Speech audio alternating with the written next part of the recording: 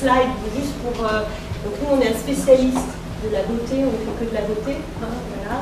Et on est le numéro 1 mondial du secteur, donc ça peut-être que vous le saviez déjà.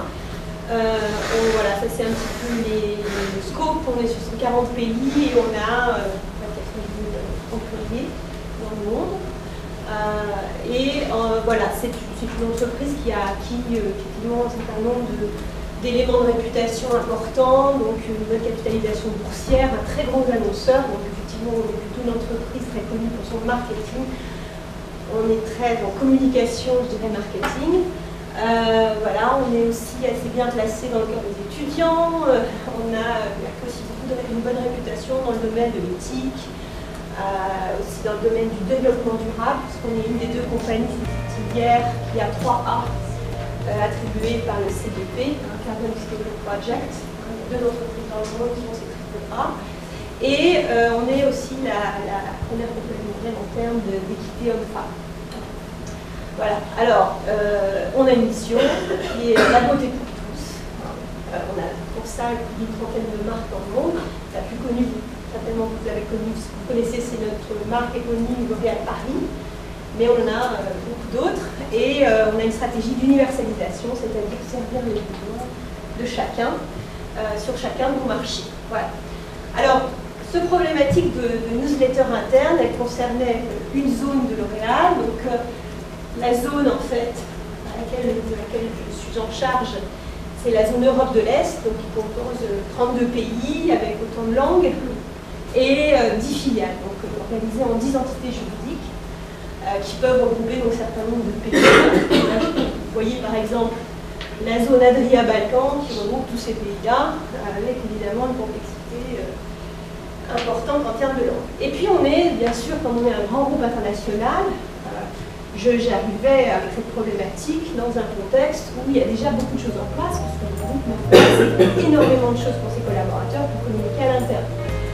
Donc l'écosystème il est très simple, c'est qu'on a, enfin il est très simple et à la fois il se complexifie, puisque en fait depuis très longtemps on a un outil je dirais de blog interne qui s'appelle MyNews et qui a été mis en place depuis une dizaine d'années. Et le principe c'est quoi? C'est un outil collaboratif où chaque employé, enfin, on a des contributeurs qui se désignent pour moi et qui vont poster des news sur ce qui se passe dans leur pays.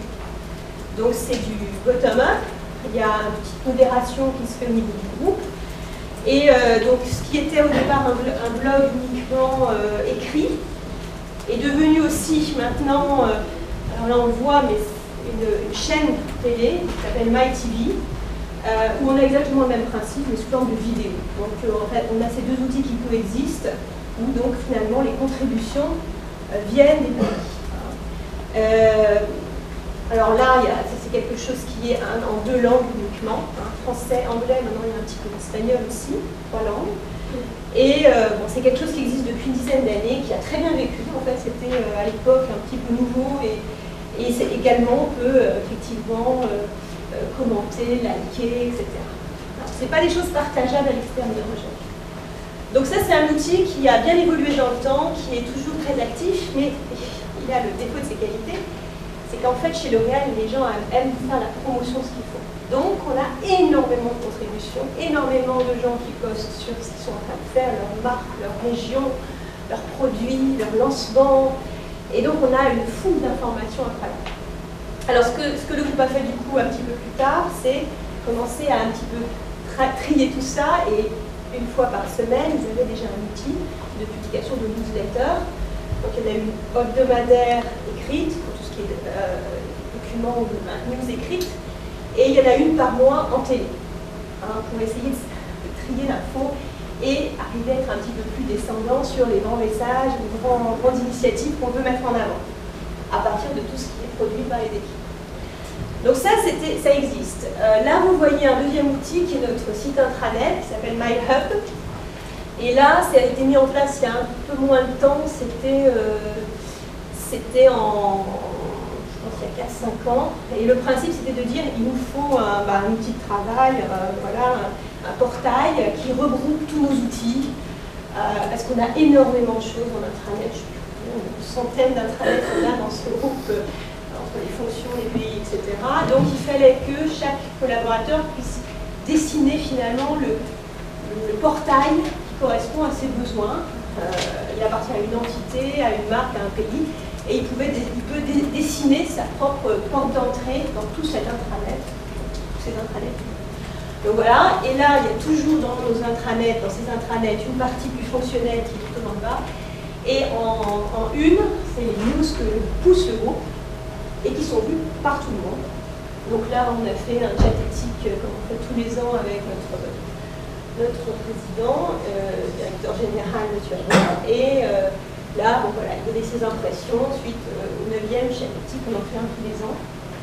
Il est pendant toute la journée en live à répondre aux questions des collaborateurs dans le monde entier. Et donc, voilà, tout ça est publié, est visible de tout le monde.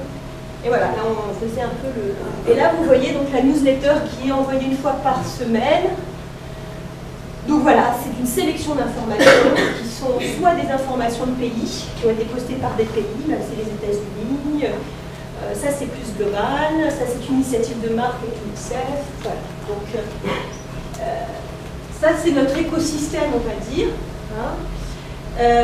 Et puis, comme je vous dis, il y a des contributions pays. Alors donc nous par exemple, en Europe de l'Est, régulièrement les équipes d'Europe de l'Est vont pousser des informations sur cette plateforme. Donc voilà, là c'était des initiatives en Russie, en Ukraine, ça peut être des initiatives de marque, des initiatives corporate, voilà, on veut du développement durable, etc. Donc tout ça, c'est effectivement un écosystème qui déjà vit très bien. Donc on va se dire, bon bah, ça suffit, il n'y a pas besoin. En fait, moi je suis arrivée il y a 2 ans dans cette fonction et je me suis rendu compte qu'il y avait quand même 2 difficultés. La première, vous le savez certainement, si vous avez un scope un peu plus international, c'est qu'un collaborateur aime lire l'information dans sa langue natale.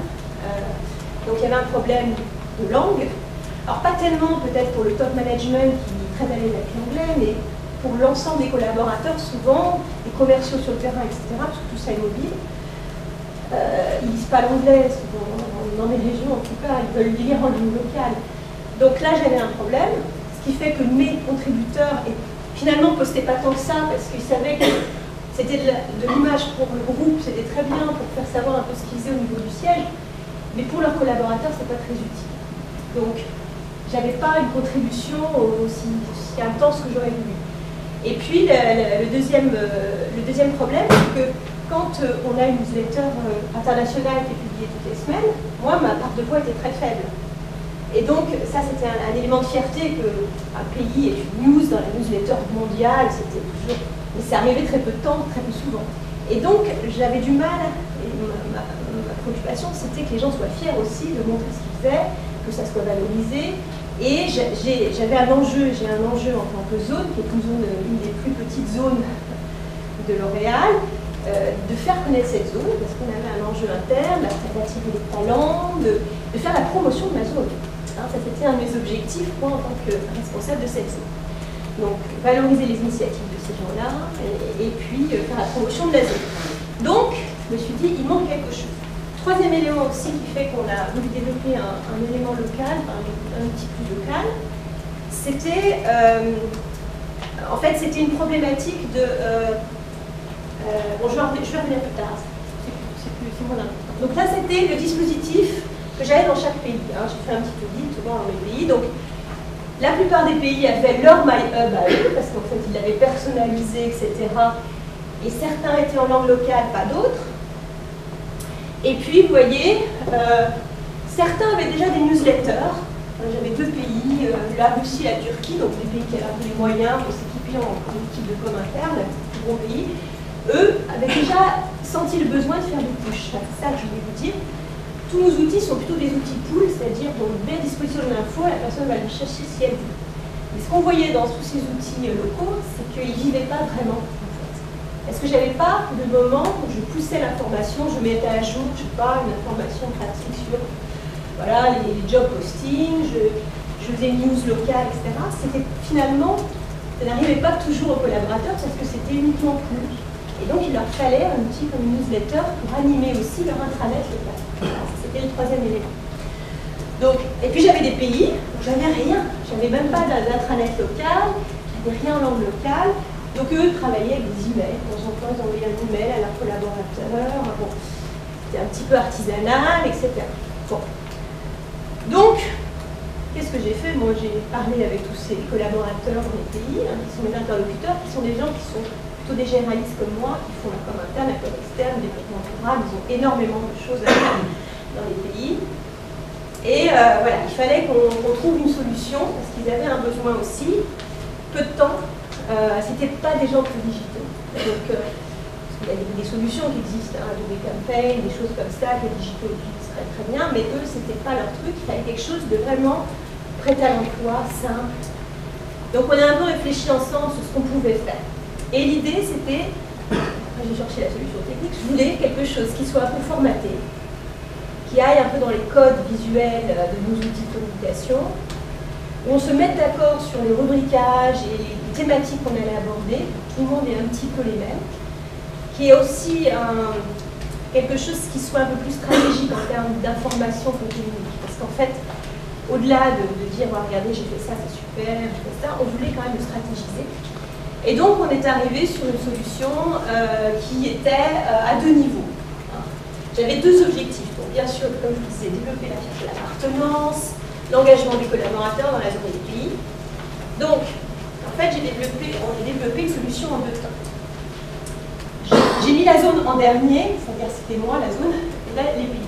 Pour les pays, là c'était vraiment, je vous disais, l'objectif c'était de valoriser l'actualité des acteurs locaux en langue locale sur des sujets de proximité. Parce que c'est comme ça que je cultivais un petit peu la fierté d'appartenance, donner la voix au patron du pays, qui régulièrement faisait un point de l'actualité du pays, les grands temps forts qu'il venait de vivre. Et cette newsletter, on l'a faite sur une base de long terme, c'est-à-dire qu'on l'a designée ensemble avec le pays, on s'est mis d'accord sur une forme, et après, en fait, le pays qui voulait souscrire, souscrivait. Donc c'était vraiment sur une base de long terme, parce que je sais que chaque pays a ses impératifs de ressources, de temps, d'organisation, etc. Et tout le monde ne pouvait pas la mettre en place tout de suite, donc j'ai attendu que ça mature à leur rythme, j'ai pas du tout poussé. Et puis, ceux qui l'alimentent, ceux qui le gèrent, une fois qu'on l'a fini le cadre, c'est eux qui sont maîtres. Et puis la zone, moi c'était un petit peu différent les objectifs, comme je disais, au-delà de donner la fierté, etc., parce que évidemment, dans deux zones, je valorisais des initiatives de pays, que je pouvais détecter via leur newsletter. J'avais aussi un objectif de nos patrons qui était, on a une problématique de partage de bonnes pratiques. Dans les grands groupes, vous savez, c'est toujours le Graal d'arriver à partager les bonnes pratiques qu'il y a dans les pays. Donc, ça c'était un autre objectif assez fort, et c'était un peu la ligne éditoriale pour la zone, c'est de dire, ok, chacun fait ses contributions, met en valeur ce qu'il a fait localement, moi je dois faire un tri de tout ça et en sortir quelque chose qui va servir finalement un peu de référence sur la zone, de regarder c'est ça qu'il faut faire, ça c'est très intéressant et qui était une source d'inspiration pour les autres pays. Voilà, donc ça c'est moi qui la gérais en direct, je n'ai pas d'équipe tout seul, donc c'était un bon test parce que moi je suis pas une personne digitale, donc si j'arrivais à le faire, tout le monde peut le faire et j'ai pas de temps en plus. Et en anglais, donc là c'était le seul truc, c'est le en anglais. Donc, tout ça pour vous dire voilà à quoi ça ressemblait. Hein. Donc on a gardé les codes graphiques de nos outils un peu groupe. On a mis une couleur un peu pour la zone, et voilà, on a choisi une couleur qui était un peu notre identité. Là aujourd'hui on est en train d'évoluer parce qu'on se dit que chaque pays devrait avoir sa couleur, bien sûr. Donc là on va peut-être un peu évoluer sur les templates pays. Donc moi je fournissais au pays un template de cet ordre-là. Vous voyez que le rubricage est déjà identifié avec les sujets stratégiques qu'on voulait mettre en avant. Donc des incontournables qui sont nos programmes de transformation interne managériale et de transformation durable, hein, qui sont nos deux programmes phares. Et puis des choses liées au business. Donc là en général on dit que c'est le mot du patron de pays qui parle d'elle. Tout ce qui est la transformation digitale, la transformation en termes de réseau de distribution, et puis toute l'actualité de nos marques, de nos entités. Voilà. Donc c'est toujours la même structure. Et puis on a fait exactement la même chose sur cette même base pour la zone, avec le mot du patron qui démarre, etc. etc. Donc, ça c'est la solution qu'on a trouvée. Alors, On a un petit peu évolué après, on s'est dit, bon, ça c'est un gros truc, on voit qu'il y a aussi des besoins parfois de choses très ponctuelles, parce qu'on a des événements à lancer, etc. On a utilisé cet outil pour faire aussi des invitations à des conférences, etc. Et moi, ce que j'ai trouvé extrêmement intéressant dans cette solution, c'était la partie statistique. Parce que là aussi, pour moi, c'était très important, pas seulement de faire quelque chose qui est descendant, mais d'avoir aussi, à travers cet outil, pouvoir capter l'intérêt des gens pour les sujets. Parce que, voilà, on peut communiquer, mais finalement, on n'arrive pas à percevoir est-ce que ce que j'ai envoyé, finalement, est pertinent.